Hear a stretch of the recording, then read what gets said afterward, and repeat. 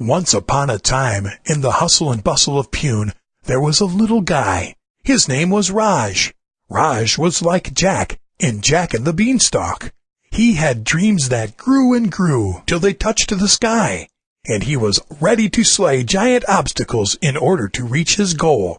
Raj had a unique talent. He could turn any drab and dingy space into an explosion of color, light, and beauty. One day he stumbled across a great e-learning institute on the internet, and he enrolled there. From home, he learned all the tips and tricks necessary to put the right foot forward into the world of interior designing.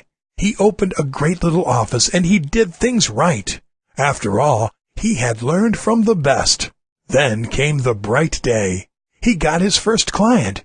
It was the renovation of a huge 5-story office. So the contract was a shared one. Raj had to do one half of the work, and the other half went to Taj, also a new entrant into the world of interior designing. Taj was being hailed as the next big thing. He had a degree in interior designing from a fancy institute and a whole entourage with him carrying big folders, timesheets, and 3 mobile phones. Anyone else would have been thoroughly intimidated, but not Raj. His business-oriented training had given him a level head. He knew how to keep to himself, and he knew how to listen to the clients. The work began. Taj was given the job of remodeling the offices of the CEO and all the other big shots of the company, and a budget that was far more generous than Raj was allocated. Raj had the responsibility of redesigning the employee cubicles, obviously a far less glamorous position. Raj, however, was not disappointed. He knew he had to focus. He went to work in a very measured and prepared way.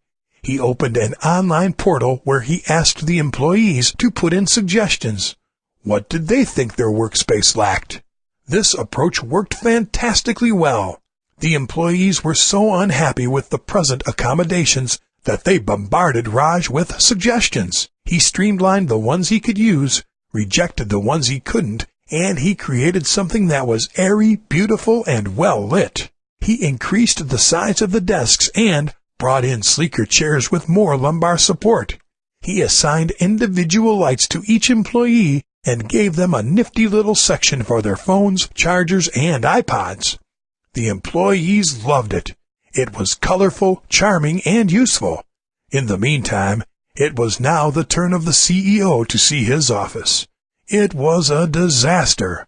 Taj had gone overboard with colors, drapes, and expensive showpieces, and the actual table was a minuscule affair that would not hold any papers if there was a laptop on it. The CEO was gravely disappointed. Taj was asked for a refund. He couldn't shell it out. He had spent all the money being wildly creative where it was not needed.